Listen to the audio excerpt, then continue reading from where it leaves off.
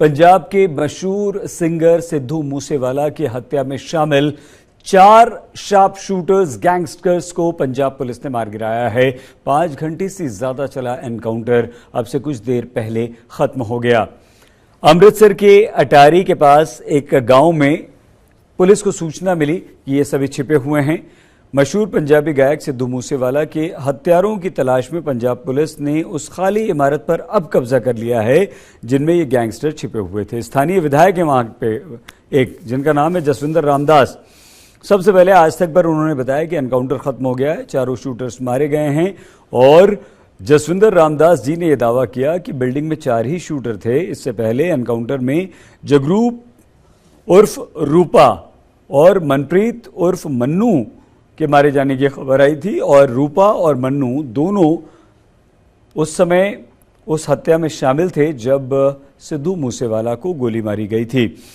सिद्धू मूसेवाला की हत्या के लगभग 2 महीने होने वाले हैं। ये गैंगस्टर्स फरार चल रहे थे।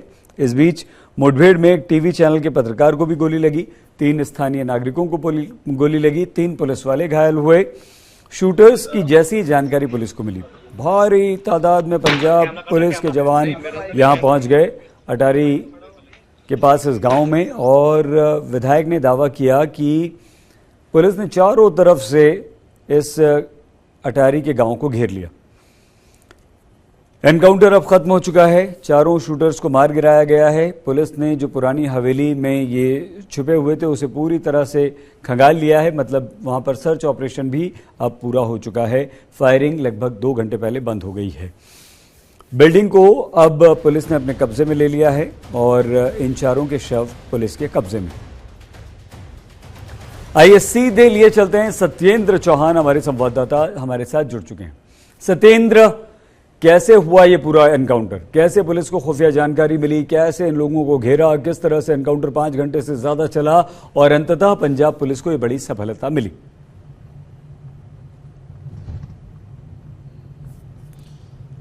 सईद, सबसे पहले तो थोड़ी सी यहाँ पर भूल सुधार करना चाहूंगा। अभी तक जो जानकारी है उसके मुताबिक 2 गैंगस्टर्स को पुलिस ने मौत के घाट उतारा है और तकरीबन 5 के करीब लोगों को गिरफ्तार किया गया है, जिनमें से वो लोग भी हैं जिन्होंने इनको पनाह दी थी।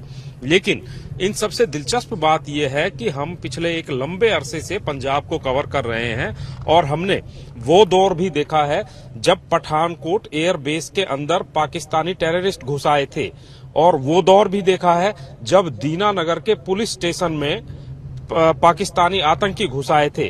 तो यहां पर मैं आपको ये बताना चाहूंगा कि इन दोनों टेररिस्ट अटैक में शायद 5 घंटे एनकाउंटर नहीं चला था और ये लोग टेररिस्ट नहीं बल्कि गैंगस्टर्स थे। और जो पुलिस ने इनके हवाले से हथियार बरामद किए हैं सईद, AK-47 इनके पास थी, विदेशी पिस्टल इनके पास थी, एक बैग इनके पास से मिला है जिसमें असला बारूद काफी भरा हुआ था और 5 घंटे तक इन लोगों ने पुलिस को थकाए रखा। पुलिस से ज्यादा इन लोगों ने फायरिंग की है। मैं जैसा कि पहले भी बता रहा था कि सुबह सुबह जब पुलिस ने सर्च ऑपरेशन स्टार्ट किया इस गांव में तो सबसे पहले इन गैंगस्टर्स ने पुलिस के ऊपर फायरिंग खोली थी। तो कुल मिलाकर ये एक अलग तरह का एक वाकया देखने को मिला है कि जब गैंगस्टर्स के साथ पुलिस को अलग अलग तरह की फोर्सेज को बुलाना पड़े और 5 घंटे एनकाउंटर करना पड़े, तो ये कहीं ना कहीं एक बड़ी जो है आने वाले समय के लिए एक अलार्मिंग सिचुएशन है कि गैंगस्टर्स पंजाब में किस तरीके से कितने स्ट्रांग हो गए हैं और इनके कनेक्शन क्या हैं। इनके कनेक्शन आप देखिए कि इनके पास AK-47 पहुंचती हैं। जब सिद्धू मूसेवाला की हत्या की गई थी तो उसमें टर्की के हथियार थे, रशियन हथियार थे, यानी कि इनका जो कनेक्शन है कहीं ना कहीं एक गठजोड़ आतंकियों के साथ हो रहा है। और ये जो हथियार आ रहे हैं दरअसल ये असला कहीं ना कहीं विदेशों से पाकिस्तान के जरिए पंजाब में आ रहा है और पंजाब कहीं ना कहीं ये पिछले से पीछे कई बार इंटेलिजेंस एजेंसियां भी कह चुकी हैं, चाहे ड्रग्स की बात करें या हथियारों की बात करें, एक ट्रांजिट हब बन गया है। यानी कि यहां से ट्रांसपोर्ट होकर पूरा सामान पूरे देश में जाता है, चाहे नशे की बात हो या फिर हथियारों की हो, क्योंकि पाकिस्तान का तकरीबन 550 किलोमीटर का एरिया पंजाब के साथ एक इंटरनेशनल बाउंड्री पर लगता है जो कि फेंसिंग है। और उस फेंसिंग से अभी जो ट्रेंड चल रहा है ड्रोन के माध्यम से हथियार और ड्रग्स की खेप पंजाब में पहुंचती है। फिलहाल आज के एनकाउंटर की बात करें तो ये एनकाउंटर 5 घंटे चला है और इसके एनकाउंटर में जो सिद्धू मूसेवाला की एक कड़ी जुड़ी हुई है। सिद्धू मूसेवाला के हत्यारों को लेकर दिल्ली पुलिस ने भी बहुत सारी रेड डाली है, पंजाब पुलिस ने बहुत सारे जो है छापेमारे किए हैं और इंटर स्टेट कनेक्शन निकलकर सामने आए हैं। उत्तराखंड से गिरफ्तारी हुई, दिल्ली से गिरफ्तारी हुई, हरियाणा से गिरफ्तारी हुई, राजस्थान से गिरफ्तारी हुई, गोल्डी बराड़ का नाम सामने आया, लॉरेंस बिश्नोई को दिल्ली की तिहाड़ से पंजाब लाया गया और जब ये कड़ियां लगातार जुड़ती गई तब जाकर पुलिस को यह पता चला कि उन्हीं हत्यारों में से 2 हत्यारे बिल्कुल पाकिस्तान की सीमा से सटे गांव में अटारी के पास छुपे बैठे हुए हैं। और देखिए, हम सुबह से कह रहे थे कि ये गैंगस्टर्स 2 हैं, लेकिन इनके सहयोगी थे, इनके साथ में कई लोग थे जो इनको पनाह दे रहे थे, जो इनको मदद कर रहे थे।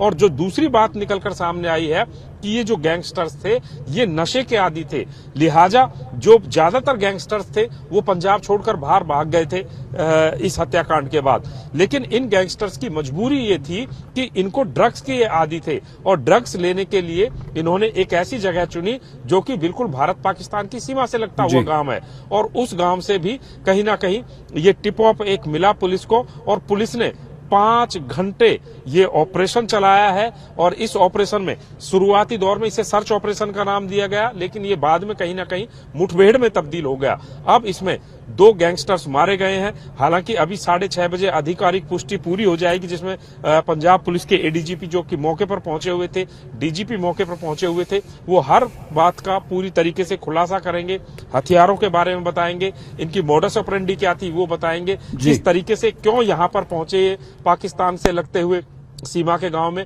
वो सारी जानकारी मिलेगी। लेकिन एक अभी जब तक पुलिस नहीं बोल देती तो बहुत सारे कयास, बहुत सारे सवाल उठते रहते हैं। एक कयास ये भी लगाया जा रहा है कि भारत पाकिस्तान की फेंसिंग के 3 किलोमीटर पास जाने का मकसद ये था कि अगर बात बने तो ये शायद पाकिस्तान भागने की फिराक में भी हो सकते थे। फिलहाल इनको जो है ऊपर भेज दिया गया है, दोनों गैंगस्टर्स को। कई लोगों को गिरफ्तार किया गया है, काफी हथियारों की बरामदगी हुई है और अब ये कहा जा सकता है कि सिद्धू मूसेवाला से जुड़े ज्यादातर लोग या तो सलाखों के पीछे हैं या फिर ये 2 लोग ऊपर पहुंचा दिए गए हैं।